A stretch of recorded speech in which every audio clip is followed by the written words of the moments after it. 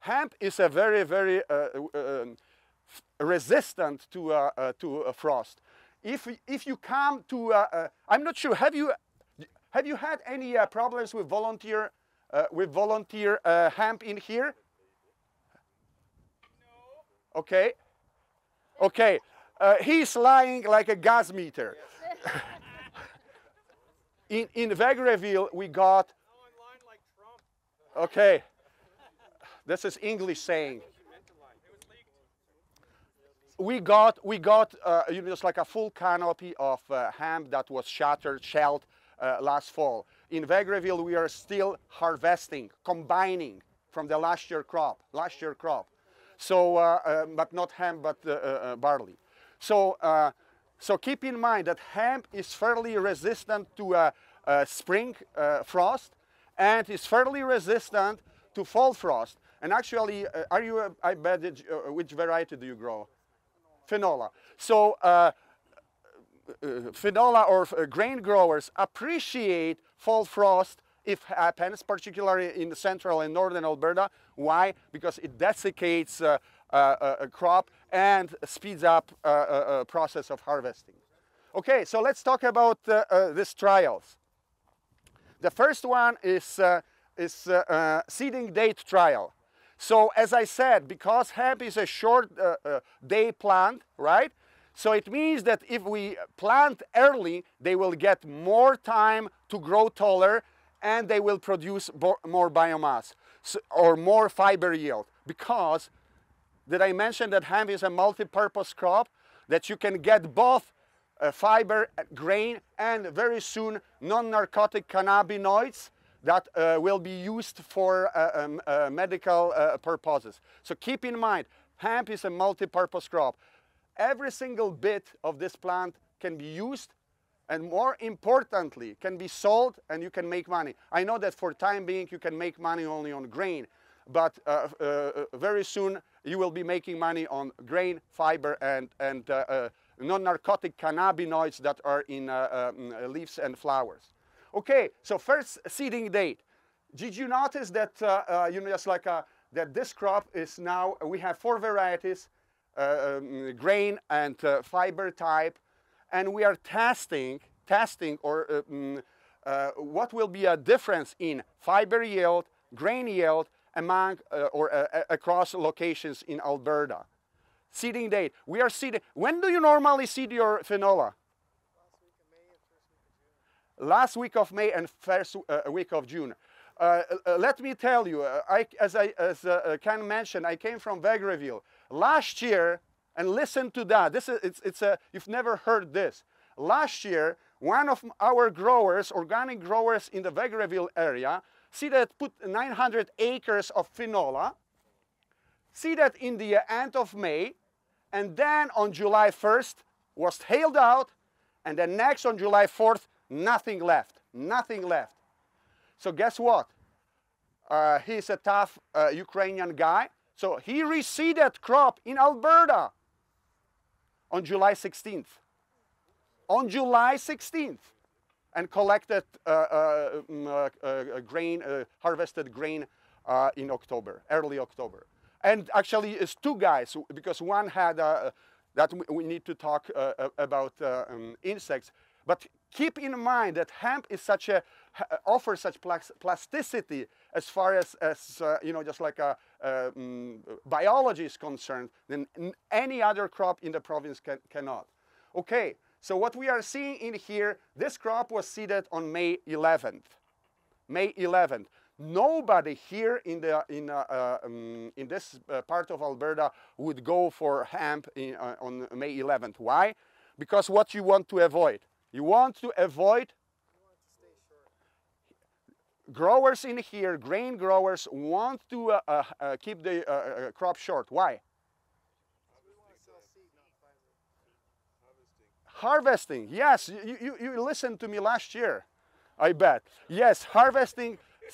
So there are 2 reasons. Reason number 1 is harvesting. So just like hemp fiber is very strong, wraps, creates problems at harvest time. And second, until last year, nobody was buying hemp fiber, right? So there's no incentive to grow taller varieties. However, situation has been changing. Why? Because hemp fiber industry has already arrived to Alberta, and we are having one processing plant in Vegreville and very many hemp users who are using hemp fiber in the province. So keep in mind that next year people will be contracting, and actually this year people already contract hemp fiber. So look at this. See that on May 11th we are getting a pretty nice, well-established crop. I want to show you that you know, this hemp is growing really fast. Once it germinates, grows fast, closes canopy, and it's an excellent wheat, outcompetes wheat very easily. So hemp is a new crop, so for the time being, we don't have very many herbicides that are registered to control weeds in hemp. This year we will be getting, actually last year we are getting, what is that, bromoxynil products that are, hemp can tolerate this chemistry. But for years, for the last 18 years, hemp was grown without any herbicides. And why? Because it grows really fast, closes canopy, and you won't be seeing weeds you know, just like in weeks to come. So look at this 3 sections. So this plots were seeded on May 11th, and you can see perhaps germinating over there, the last block, you can see a crop that was seeded on May 27th. So it was what, 7, 8, 10 days ago. And here are my imaginary friends, the second block, hemp that will be seeded in mid-June. Because here in Alberta, quite often people seed in mid-June. Why? To reduce fiber or sorry, stalk height or stem height, to alleviate problems with harvesting. Okay, so what we can expect, I still have 10 minutes. Right, Jamie, 10 minutes. So what we can expect in here, I encourage you, if you are living in the area, just to come over and to see this crop and this 3 different seeding dates in the end of August, beginning of September. I encourage you to come over and inspect differences in terms of height, fiber yield, which translates into fiber yield between seeding dates and among varieties. As I said, here we are having 4 varieties that are of different usage type, those short and the tall ones. Here I have to, just like now it's a quick commercial break. Okay, you take a drink of water, I'm going to make your commercial break. No. Yeah. Just like you cannot talk about commercial break. Take a break, drink it. I want to throw in a point because this is an irrigated study. We don't have a dryland hemp study. The seeding date when it comes to finola, it isn't impacted overly negatively for a later seeding date. So you get that benefit of not too much straw going through the combine. But at our location, when you look at the next variety, the CFX2, or what else do we have in this one? X59. And the X59, they have a higher yield potential than finola. Seeding date does impact that case. And our earliest seeding date, just like all of our other crops, was better yielding. So it's a trade-off. You make, you know, a lot of money, or you try to save your combine. I'm thinking most guys will rather wreck their combine and make more money. So that's sort of the intricacies that we pick up on some of these studies. While it's common practice to seed in June, if I was going to move to a higher yielding value variety under irrigation, which is again a higher investment, I wouldn't be seeding in June. It'd be earlier. It's a very good point. Absolutely. And hemp takes advantage of you know, just like a early spring or late spring soil moisture availability, and creates more yield. My commercial break was about, Ken was talking about the shortest variety. My commercial break is about the tallest variety, the highest Canadian biomass producer, which is a variety called Silesia that happens that I maintain it. And as I, I need one more sip, no. As I mentioned, for time being, you don't know what to do with hemp fiber. Now I'm getting requests, and we made first commercial sales of a fiber type variety. This fiber type variety in here under irrigation, but mind you, shorter days, it's what, 2.5 meters tall. In Vegreville, 3 meters tall. My tallest crop was 4 meters tall and 10 tons of dry fiber biomass in 100 days. So it's and at the same time, this crop, this variety, is high yielding. We are getting, you know, just like around 1,500 pounds to acre of seeds. So keep in mind, seeding date affects yield both of grain and affects yield of fiber. Okay, so let's move quickly to second set of plots. We are testing nitrogen fertility. Again, this trial is run in here and in Faller. We are testing range between 0, so no nitrogen added, to 150 kilograms per hectare.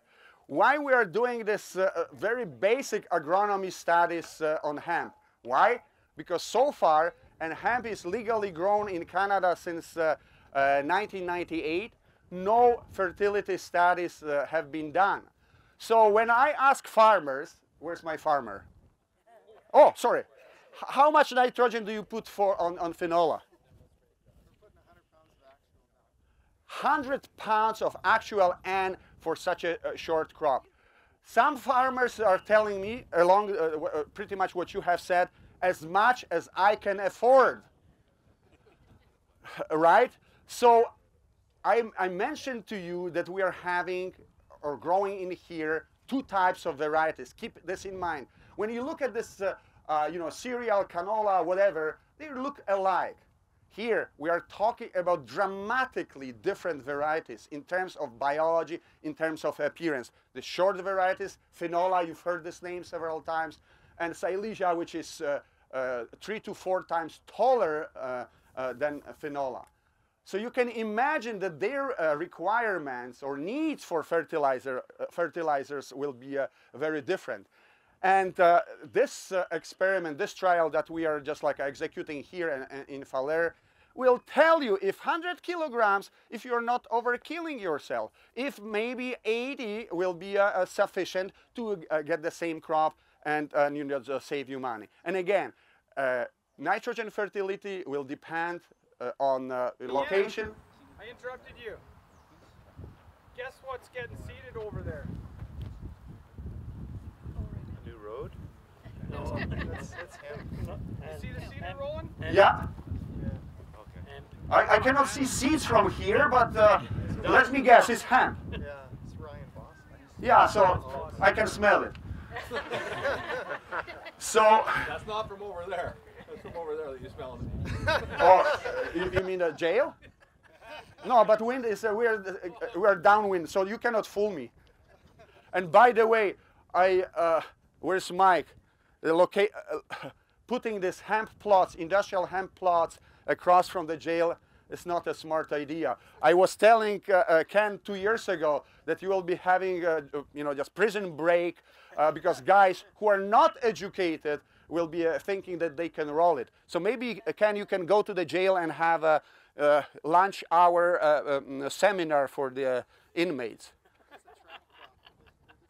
Okay, so keep in mind, we are doing, you know, it's like a nitrogen fertility studies. Why? Why is so important? Because, you know, just like a different usage types, different growth potential in here and in Faller. So I bet that our recommendations that we eventually will come up with will be based on variety or usage type and location.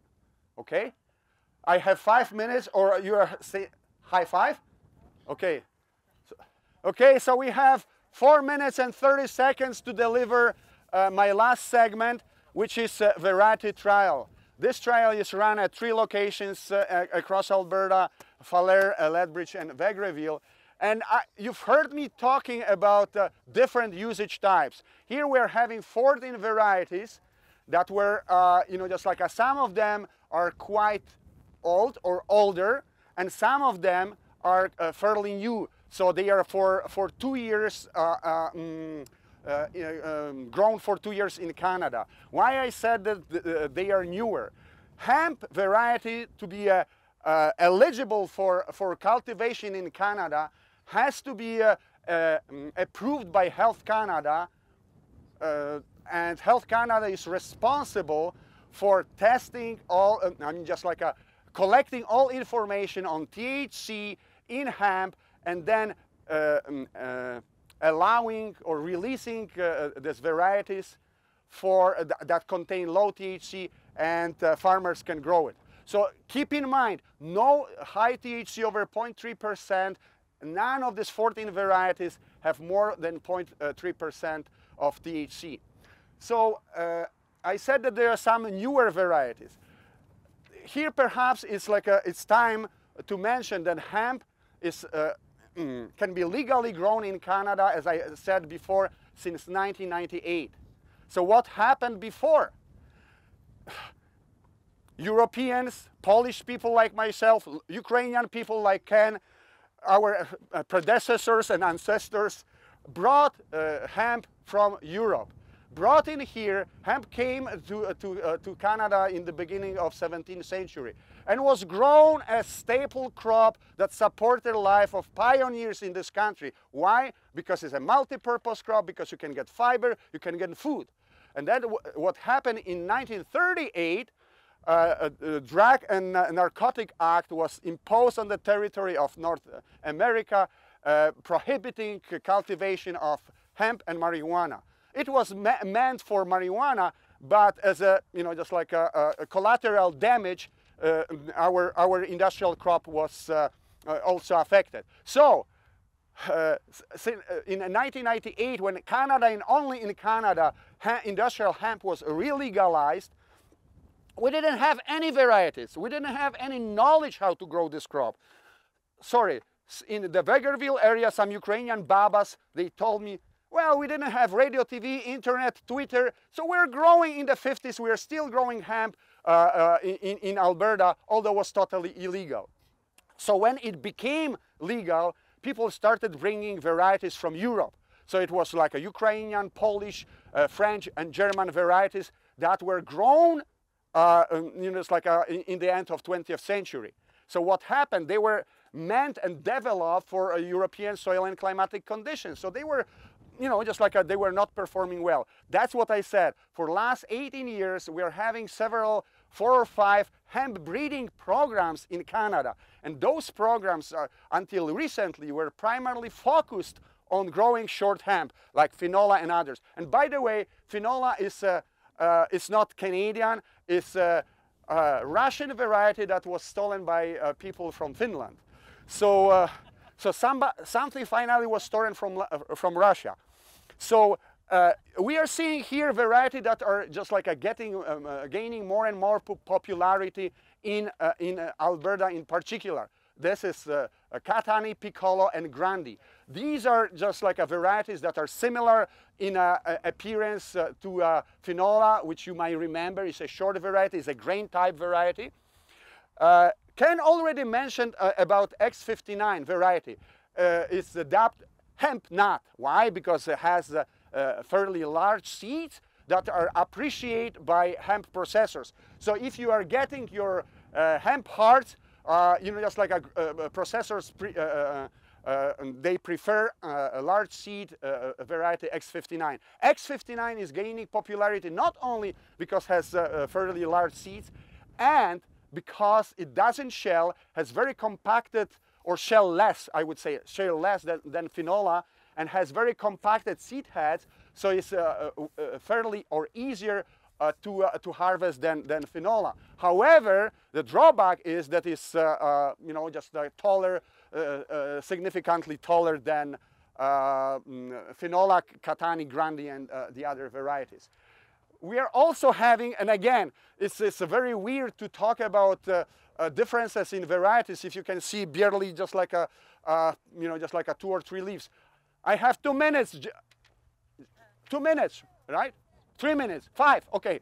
So I encourage you to come back, drive back, and I bet that you will be having lots of opportunities to come over and to see differences between this different. Oh, sorry. Different usage types, and you will see the short varieties like Catani, Grandi, Piccolo, and Finola. Then you will see medium height varieties.